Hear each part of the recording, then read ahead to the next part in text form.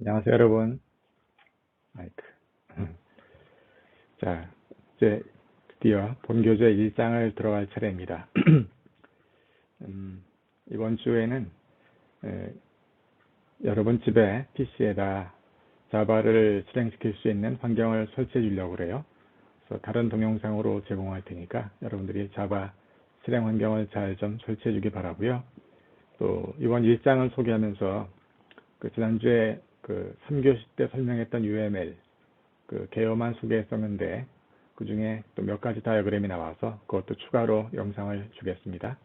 자, 이렇게 해서 본격적으로 객체 지향 디자인 패턴 시작합니다. 네, 1장의 학습 목표, 모델링이라고 하는 것, 또 UML 다이어그램, 클래스 다이어그램을 주로 할 거예요. 더불어서 여러분들에게 자바 코드를 소개할 겁니다. 처음 대하는 사람도 있을 텐데 여러분들이 C를 알고 있다면 이해하기 어렵지 않으니까 C++입니다. C++. 그걸 비교하면서 설명을 들어주면 좋겠습니다.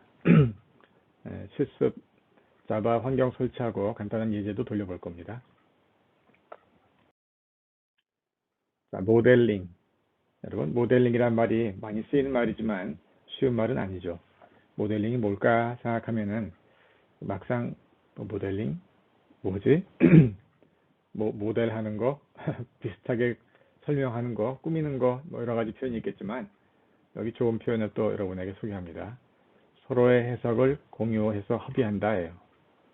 내가 뭐 말하면 그거 서로 해석을 공유하는 거죠. 자동차 밑에 그림 보세요. 이건 자동차의 모델이래요. 자동차의 모델. 뭐 수많은 자동차 중에 하나지만은 우린 이 그림 보면 자동차네 하고 알지 않겠어요? 이것들이 모델이라는 거죠. 여러분, 내가 1주차 강의 자료 중에 객체 지향이란 무엇인가 라고 PDF 파일 준비했었는데 그 재밌는 그림들이 많아요. 거기서 주제가 뭐였죠? 사람을 동물과 구별하는 유일한 한 가지. 연자는 뭐 인간 놀이한 동물이다, 뭐 여러 가지 그런 것들 다 다른 동물도 있다라고 말하면서 다른 동물이 없는 한 가지가 있다라고 유독 강조해서 말했어요. 추상화죠. 추상화. 네, 어떤 물체, 자연을 보고 우린 그것을 모델링 할 수 있는 능력이 있다는 거예요. 지금 말하는 모델링. 요 모델링, 추상화의 기본은 모델링입니다. 그래서 1장 여러분들에게 객체 지향을 소개하면서 클래스를 소개하면서 이제 모델링을 하는 이유는 추상화 때문에 그래요. 자, 또 넘어갑니다. 모델은 추상화의 바탕을 두고 있다. 네. 내가 지난주에 썼던 그림인데요. 이 그림 재밌어요. 멍멍이들 많죠. 우리 주위에 강아지들, 개들이 많지만 이것은 클래스가 된다는 거죠. 공통점이 있어요. 클래스, 공통점. 이것들을 추상화한 것이 클래스예요. 공통 특징, 뭐 개마다 다 무늬도 다르고 크기도 다르지만 공통 특징이라는 게 있겠죠. 그 공통 특징, 또 어떤 행동 이런 것들을 뽑아서 클래스를 만듭니다. 이런 각각 객체들은 우리는 오브젝트, 객체라고 부르죠. 그러니까 객체와 클래스, 객체와 클래스 여러분들이 구별해 주기 바랍니다. 자, 모델링, 우리 학생이 있다고 봅시다. 이 학생 여러분 보면 뭐 어떻게 묘사할까요? 여학생이에요. 스커트 입었어요. 머리는 뭐 이런 모양이고 단정해 보이고 키가 늘씬하고 동등이 나오겠죠. 하지만 이것을 보는 사람 입장에서는 여태껏 대학 학사 업무에서의 본 학생은 생긴 거 아무 상관없어요. 뭐 사진 한 장 필요할지 모르죠. 이 학생이란 개체가 오브젝트가 객체가 어떤 과목을 듣고 있는지, 그 지도교수는 누구인지, 또 이 학생의 전공은 뭔지, 뭐 여러 가지 뭐 기록들 그런 것들에 대한 것이 대학에서 보는 학생의 이 오브젝트에 대한 정보들이에요. 그러니까 어떻게 대학에서의 모델링 관점이라는 거죠. 똑같은 객체라 하더라도 보는 사람에 따라서 사용한단 말이 그렇지만 사용한 사람 입장에서 모델링하는 방법은 모델링하는 내용은 다 다르겠죠. 이런 모델링이 여러분 UML로 인도를 하고 있습니다. UML. UML 지난 시간에 간단히 소개했지만 객체 지향 언어예요. 객체 지향 시스템 모델링 언어. 정확히 말하면 세 사람이 지향했고요. 국제 표준된 것이 97년도에요. 그랬다가 2000년 초에 UML 2.0까지 인정이 되고 2012년도에는 2.5까지 발표가 된 것으로 알고 있어요. 여러분에게 소개한 내용은 여기 UML 2.0까지를 여러분에게 소개할 거예요. 자, 그래서 지난주에 구조 다이어그램 6가지와 또 행위 다이어그램 7가지가 있다고 했었죠. 그 표를 다시 한번 그려놓은 거예요. 그 중에서 기본에 대한 것들을 다시 뽑아놓은 것이 보면 각각에 대한 설명들이 나와 있죠. 각각 다이어그램이 무엇이다 간단하게 소개를 하고 있고요.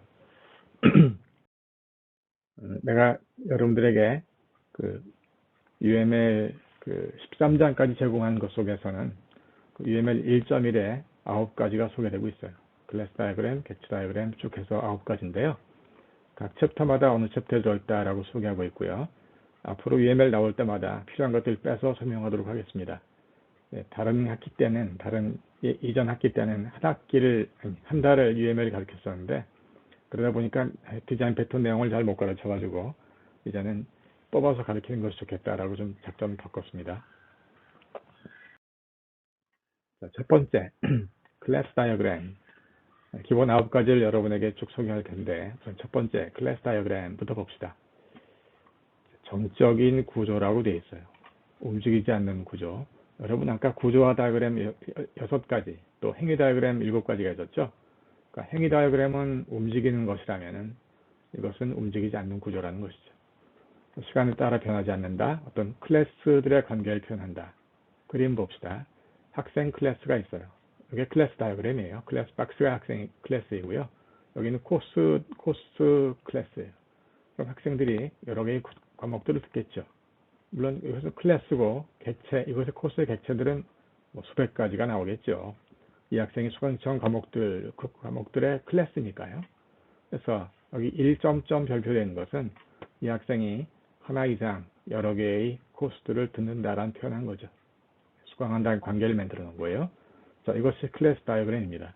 클래스는 박스로 표현하고 클래스들끼리의 관계를 이렇게 손으로 표시합니다. 이 손이 때로는 점선이기도 하고 때로는 앞뒤에 뭐가 붙기도 합니다. 그런 것들도 설명할 겁니다.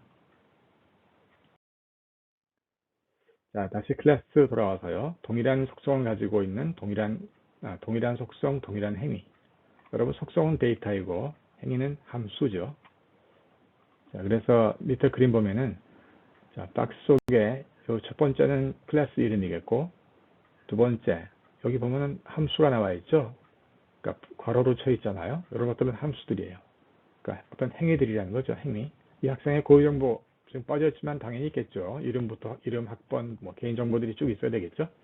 앞에 플러스 기호, 이것은 퍼블릭, 오픈됐다는 뜻이고요. 뒤에 설명도 합니다. 자, 이렇게 해서 그림이 클릭해서 튀어나왔네요. 자, 여러 사람들에 대해서 하나의 클래스로 여러 개의 객체를 대표한다. 그런 그림이 되겠습니다. 첫 자바 코드, 방금 봤던 클래스. 자, 일반적으로 클래스의 자바 코드가 어떻게 생겼을까를 소개합니다. 자, C++의 클래스랑 조금 차이도 있는데요.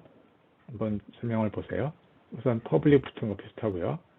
클래스 키워드, 클래스 이름이 이제 캣이란 뜻이고요. 속에 private string name, 이름이 객체의 이름이 될 것이고, mu, 고양이들은 mu라고 운다는 거죠. mu 하면은 system.out.println, 요 명령이 printf입니다. printf, cout, C++의 cout에 해당한 명령이 system.out.println, ln은 line이라는 뜻이에요. 여러분들이 앞으로는 이번 학기 동안 반복도 있을 거예요.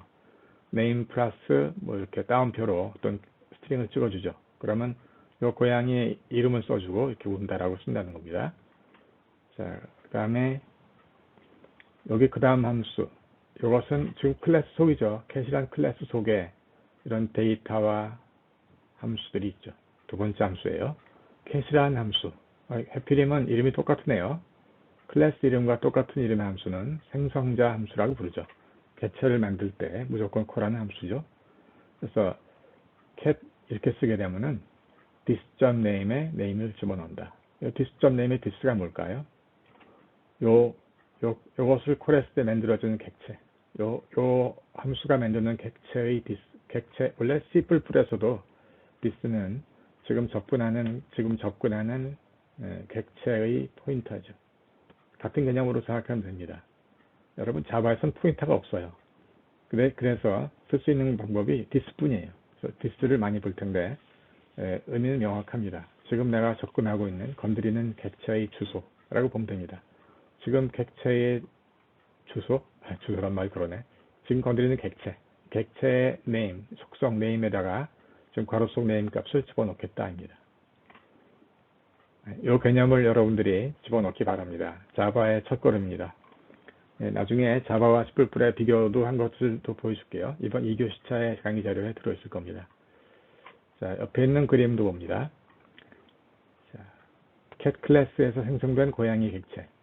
자, cat2라고 하는 객체와 cat1이라고 하는 객체. cat1은 new 할 때 야옹이, 얘는 이름이 야옹이에요.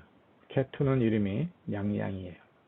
그래서 cat1.new 하면 야옹이 옵니다.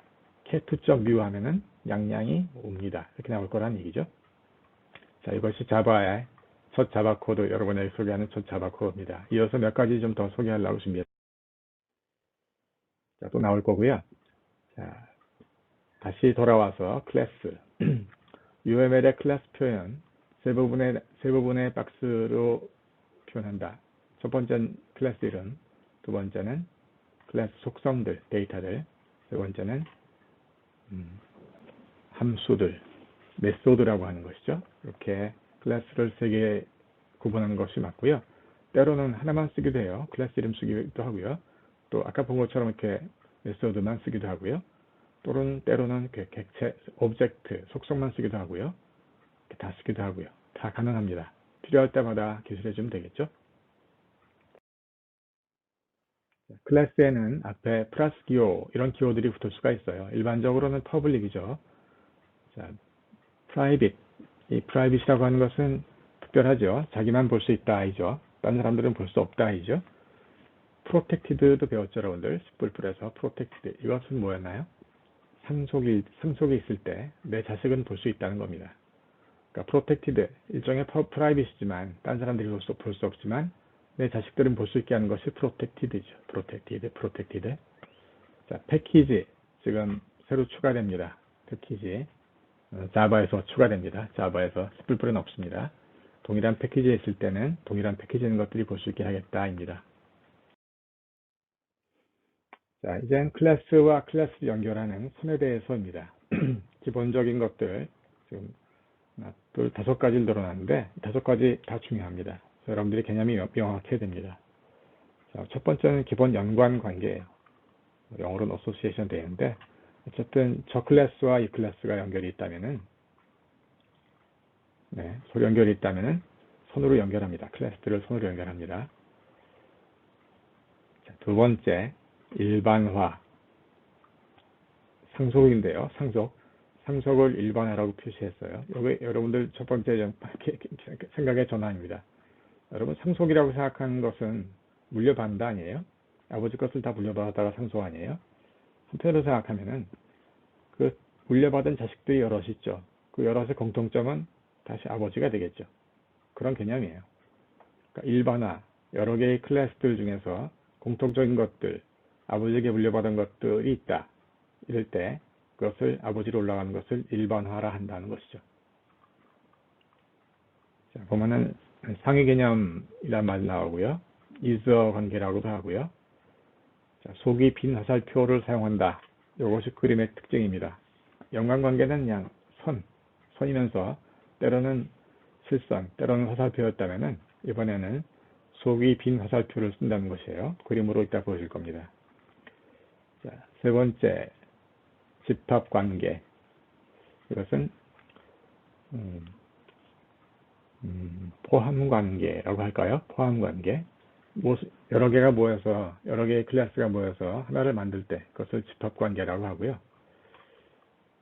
의존관계. 자, 의존관계. 설명을 좀 보면은,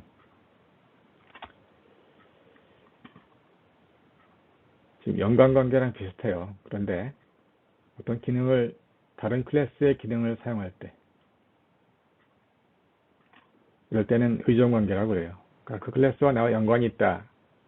내가 가끔 쓰기도 하는데 지금 이것은 의존관계는 사용할 때를 말한다는 거죠. 자, 차이점. 지금 위에는 연관관계와 의존관계의 차이점. 또 클래스의 관계가 한 메소드를 실행하는 동안과 같은 매우 짧은 시간만 유지될 때. 그러니까 의존관계는 짧은 시간 동안만 유지되는 관계예요. 연관관계는 늘 유지가 되는 관계이고요. 자, 이것이 차이점이고요. 점선 화살표를 사용한다. 아까 연관관계는 실선이었잖아요. 이번에는 점선 화살표예요. 자, 지금 손이 몇 가지가 나왔죠. 주의할 마지막 5번째, 실체화 관계. 자, 이것은 인터페이스에 대한 이야기예요. 인터페이스. 뭐죠? 외부에 내가 서비스를 제공하는 것이죠. 그러다 보니까 책임이라는 말을 써요. 책임. 나 이거 해줘야 돼. 내가 제공하는 서비스예요. 리모컨, 테레비 껐다 켰다 해줘야 돼. 볼륨 키우고 낮추고 해줘야 되고, 채널 바꿀 수 있어야 되고, 뭐 이런 것들이 책임이라는 거죠. 자, 이 인터페이스라고 하는 개념은 TV란 클래스를 쓸 수 있게 해주는 또 하나의 클래스가 될 수 있다는 거죠. 인터페이스. 그래서 이런 것을 우리는 실체화라고 불러요. 어떤 개념적인, 어떤 클래스를 쓸 수 있게 해준다. 어떤 실체화한다라는 개념으로 실체화를 썼고요. 여러분이 이름을 새로 배울 때는 그 뜻을 같이 생각해주면 더 기억하기가 좋습니다. 헷갈리는 것이 일반화와 실체화예요. 일반화는 어떻게 보면은 일반화 뜻이 뭔가요? 공통점을 빼낸다. 일반화라고 보는 거죠. 네, 공통점을 빼낸다. 일반화. 그래서 이제 상속이라는 개념을 쓰게 된 거고요. 실체화, 이것은 그러니까 일반화가 위로 올라간 상속이라면은 실체화는 밑으로 내려가는 사용 안내죠. 사용 안내. 나 이런 걸 서비스 제공해. 내 걸 써주세요. 자, 이런 것이 실체화라는 거고요. 자, 상속과 유사하게 빈 삼각형을 사용하지만 실선 대신 점선을 쓴다가 특징입니다. 자, 여러분, 이 5가지 선이 다 달라요. 근데 이 선을 알아야지 여러분들이 클래스 다이어그램 보고서 이 클래스와 클래스가 어떤 관계로구나 하고 하는 걸 알겠죠? 그래서 중요한 5가지입니다.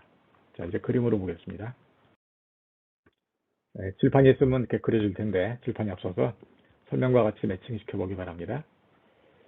자, 제일 첫 번째 요거 속이 빈 삼각형, 요건 상속이에요. 일반화예요. 상속이라면 누가 아버지일까요?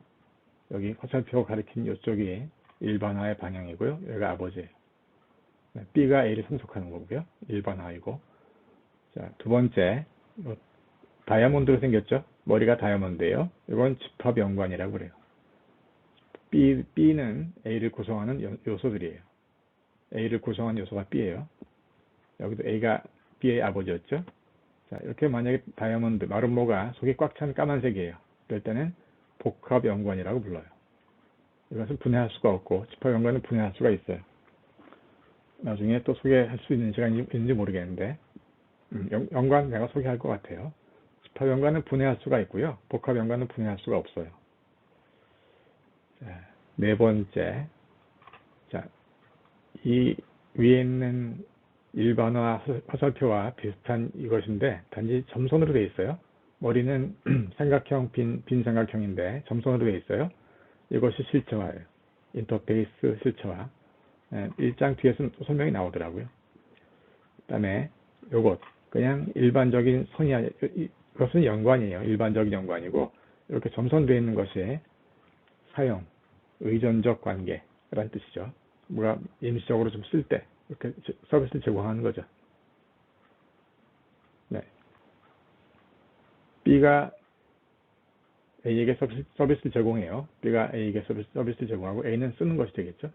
자, 이것이 관계 그림입니다. 굉장히 중요한 관계. 지금 그림은 6개가 있죠. 앞에 설명은 5개였잖아요. 요 2개가 마름모가 속이 비었냐 찾냐 갖고 한 개를 더 늘린 것 뿐입니다. 자, 이렇게 정리해 주기 바랍니다.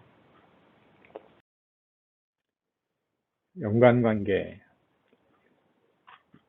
네, 클래스상에서 실선을 그어서 표시한다. 프로페서란 클래스와 스튜던트 클래스가 이런 관계에 있다라는 거죠. 상담한다. 뭐 눌리는 관계예요. 물론 이벤트성도 있지만 어쨌든 관계, 상담하는 관계가 있다. 이것뿐이겠어요. 여러 가지 뭐 가르치기도 하고 관계가 많겠죠. 다 따로 또 다른 실선이 가능합니다. 자, 역할. 자, 역할을 이렇게 쓸 수가 있다는 것이죠. 교수는 어드바이저, 스튜던트는 뭐 피상담자, 뭐 이렇게 쓸 수 있겠다는 얘기죠. 자, 체크포인트 이것만 하고 좀 쉬는 시간 가져볼까요? 여러분들 뭐 UM에 유튜브 듣다가 잠시 멈추는 쉬는 시간이지만 지난학기 해보니까 그래도 강의 중에 좀 재밌는 얘기도 좀 해주고 좀 머리를 식힐 수 있는 얘기를 해달라 그런 말을 들어서 이것만 끝나고 내가 좀 그런 얘기를 해볼까 합니다. 자, 교재에는 이렇게 체크포인트라는 것들이 나와요. 체크포인트. 그러니까 일종의 연습 문제예요. 다음 클래스 다이어그램을 코드로 작성하라. 자바를 쓰라는 거예요. 여러분 자바 잘 모를 텐데요. 그래서 또 책의 교재에 이렇게 풀이가 나와 있어요. 그래서 풀이 갖고 설명해 줄게요.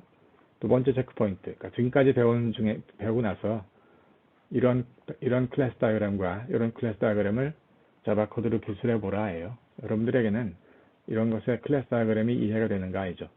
다시 봅시다. 한 사람이 폰, 전화기를 쓰는데 지금 방향이 있죠? 사용하는 쪽이에요. 네, 사람이 전화기 쓰는 거겠죠? 그래서 두 개까지 쓸 수가 있다는 거죠. 그다음 밑에 다이어그램은요. 이 두 개를 손을 두 개로 썼어요. 그래서 하나는 홈폰, 하나는 오피스폰. 지금은 스마트폰 시대라서 당연히 스마트폰이 더 있어야 될 텐데요. 자, 어쨌든 이런 관계를 갖다가 자바 코드로 쓴 것을 다음에 소개합니다. 첫 번째, 이렇게 사람이 두 개의 폰 갖고 있다라고 쓴 이런 클래스 다이어그램의 자바 코드는 클래스 펄슨이라고, 이 펄슨이죠. 이 사람은 개인정보들도 있지만 좀 생략하고 생성자 함수, 네, 생성자 함수로 new 폰 2, 그러니까 폰이라고 하는 배열, 두 개의 배열, 방이 두 개인 배열을 0과 1 두 개겠죠. 방을 만드는 것이 생성자 함수이고 getPhone이라고 하는 함수가 괄호 속에 0 또는 1이 주어지는데 0 또는 1이라면은 폰 i를 리턴시키고 그게 아니라면 null, 아니다고 표시하는 그런 함수예요. 물론 극히 일부만 따온 겁니다. 필요에 따라서 코드가 더 늘고 줄고 하겠죠. 하지만 자바의 클래스가 이렇게 생겼다는 것을 여러분에게 다시 한번 상기시킵니다.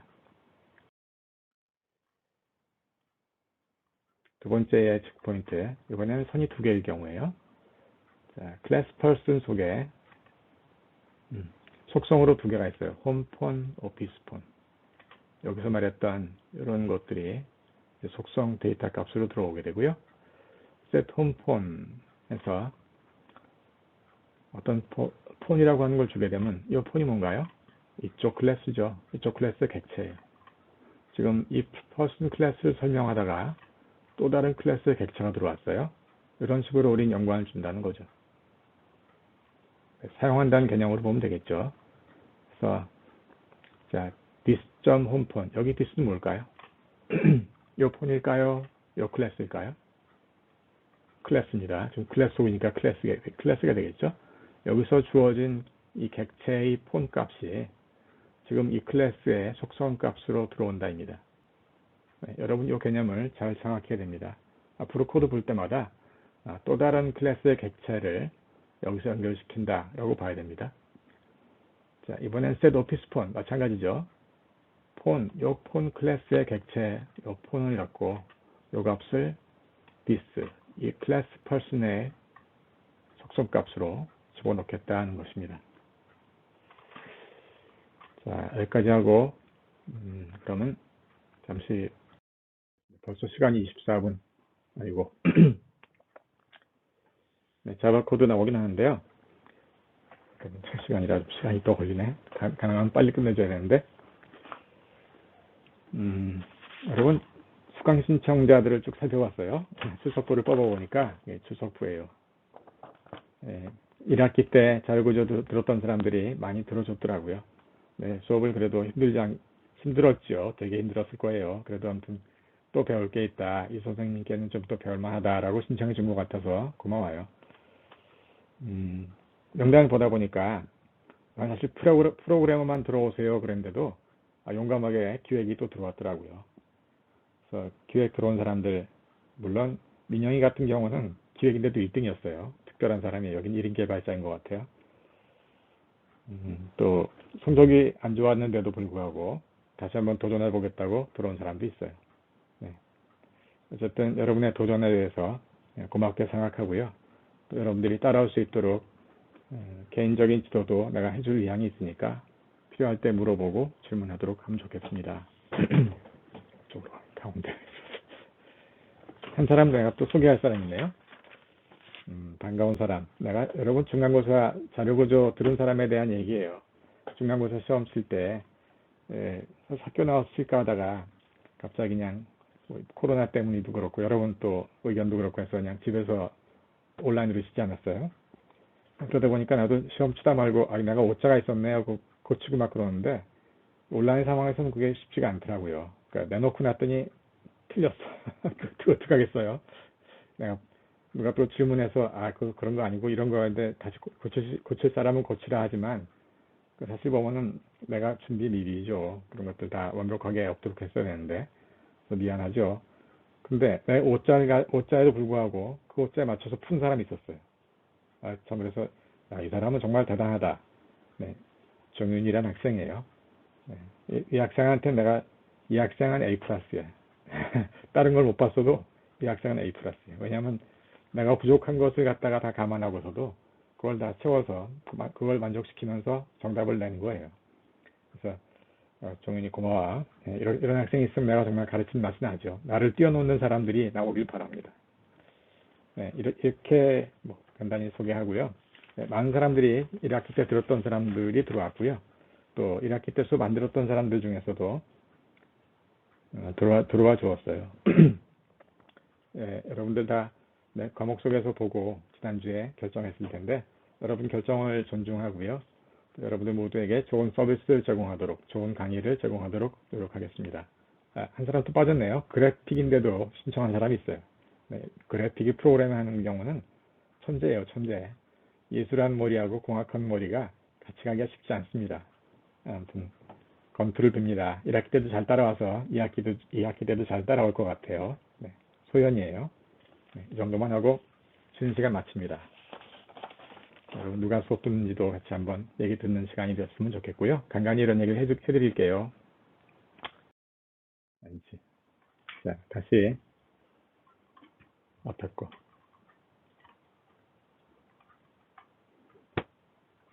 앞에 거 안 돌아가네. 첫 번째 자바 코드 슬라이드가 넘어가 버렸는데 앞에 슬라이드 자바 코드로 헬로 월드 찍는 거였죠. 다른 건 없었어요. 그냥 출력할 때 system.out.println 쓴다는 것. printf, cout 대신에 그거 쓴다는 것만 차이가 있습니다.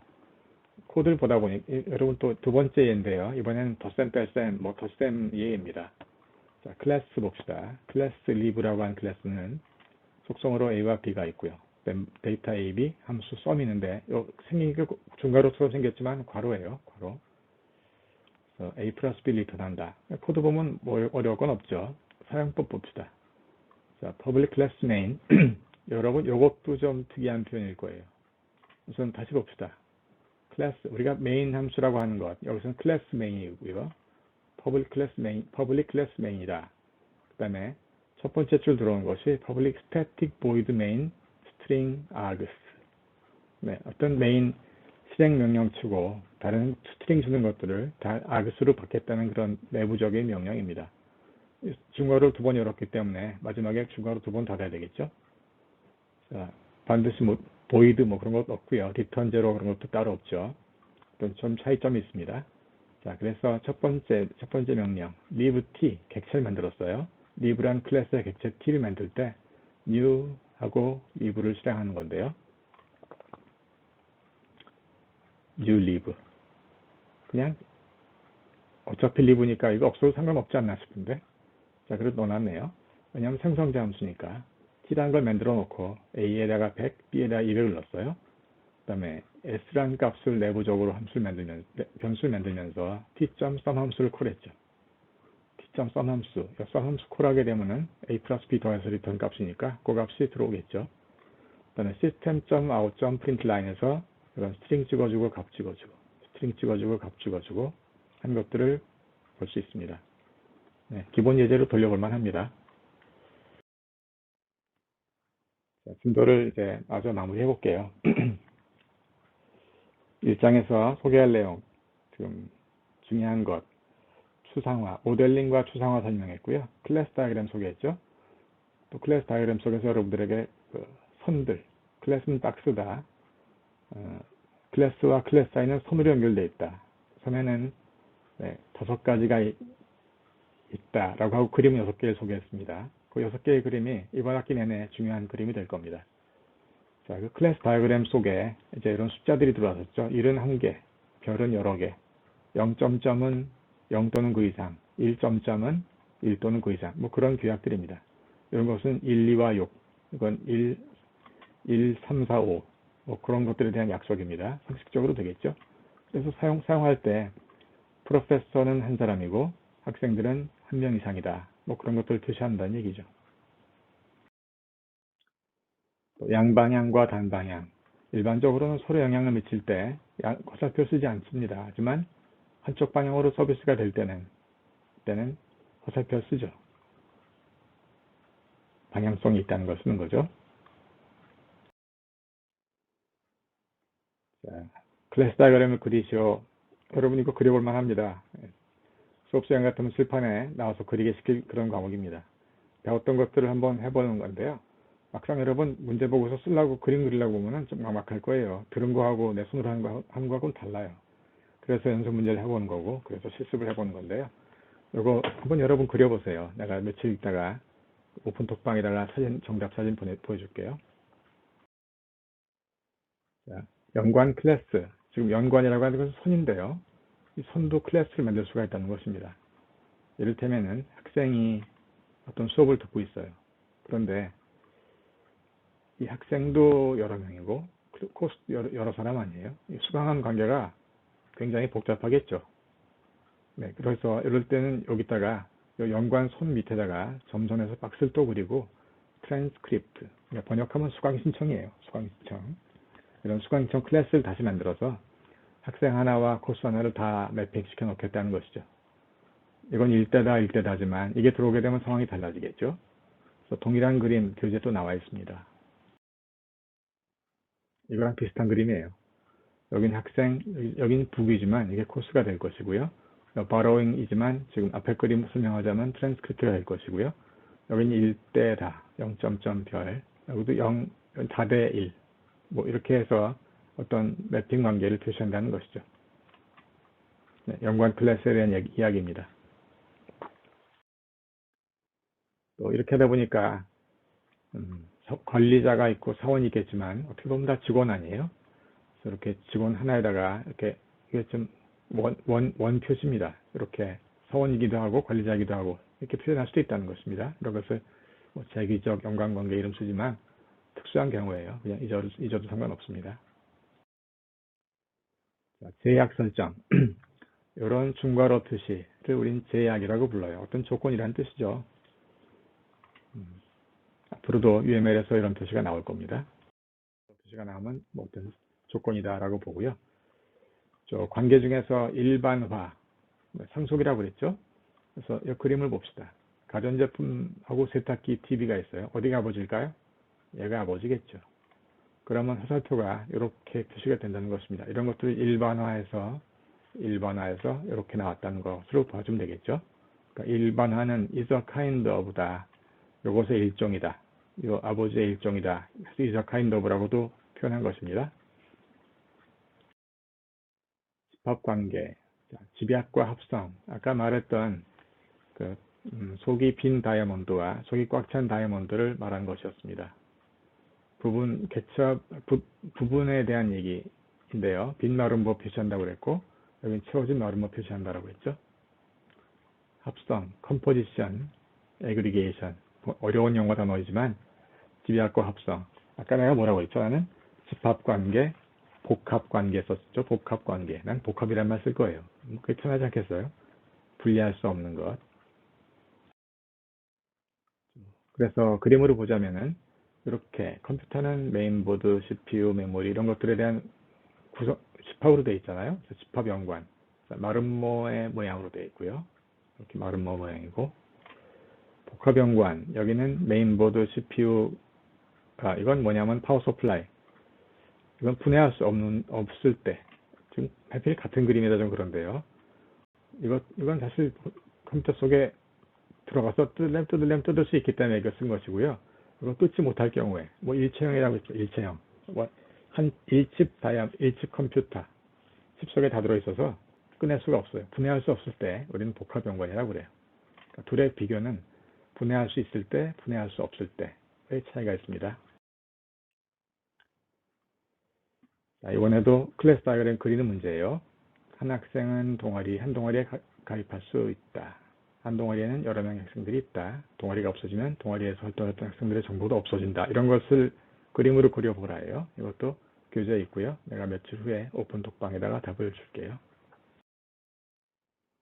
자, 의존관계. 화살표 중에 이렇게 의존관계 아까 뭐라고 그랬죠? 쓴다고 그랬죠? 임시로 쓰는 거였어요. 그래서 사실 점선 화살표라고 했었는데요. 책에서는 그냥 이렇게 쓰고 있어요. 다시 쓰면 안 돼. 이건 지속적인 관계. person과 car. 계속 소유하고 있는 지속적인 관계이고요. 이번에는 한 사람이 자동차는 계속 가지고 있지만 자동차가 가스 펌프, 주유구를 쓰는 것은 임시적이잖아요. 일시적이잖아요. 그래서 이런 것을 의존 관계를 한다는 것이죠. 점선 화살표를 썼죠. 찰나적 관계라고 했고요. 뭐 코드로 보자면은 이렇게 fill gas, gas pump D, 요 gas pump P, 요 P라고 하는 객체는 fill gas 할 때만 불러 쓰는 거 아니겠어요? 이럴 때 우리는 의존 관계다. 그림으로는 점선 화살표를 쓴다입니다. 자, 거의 마무리가 돼갑니다. 인터페이스는 책임이다. 여러분, 이 그림이 좀 헷갈릴지 모르겠어요. 항상 실체화와 인터페이스는 실체화인데요. 실체화와 일반화 같이 생각하기 바랍니다. 아까 일반화는 상속이라고 그랬죠? 그때는 이게 실선이었어요. 지금은 점선 아니에요. 그래서 모양은 비슷한데 이것은 서비스를 제공한다는 인터페이스를 제공하는 것이죠. 비행기도 날 수 있고 새도 날 수 있다. 인터페이스는 날 수 있다입니다. 이런 기능을 제공하는 것, 이런 것을 우리는 인터페이스라고 부르고 또 실체화라고 또 말한다는 것이죠. 또 다른 방법으로는 손잡이를 제공합니다. 이게 지금 하나로 그렸지만은 일반적으로 이렇게도 그립니다. 이렇게 손잡이란 뜻이에요. 날 쓸 수 있게 해주는 것, 플레인 쓸 수 있게 해주는 것에 대한 인터페이스란 뜻입니다. 키포인트 is a kind of 또 실체화는 can do this의 관계이다.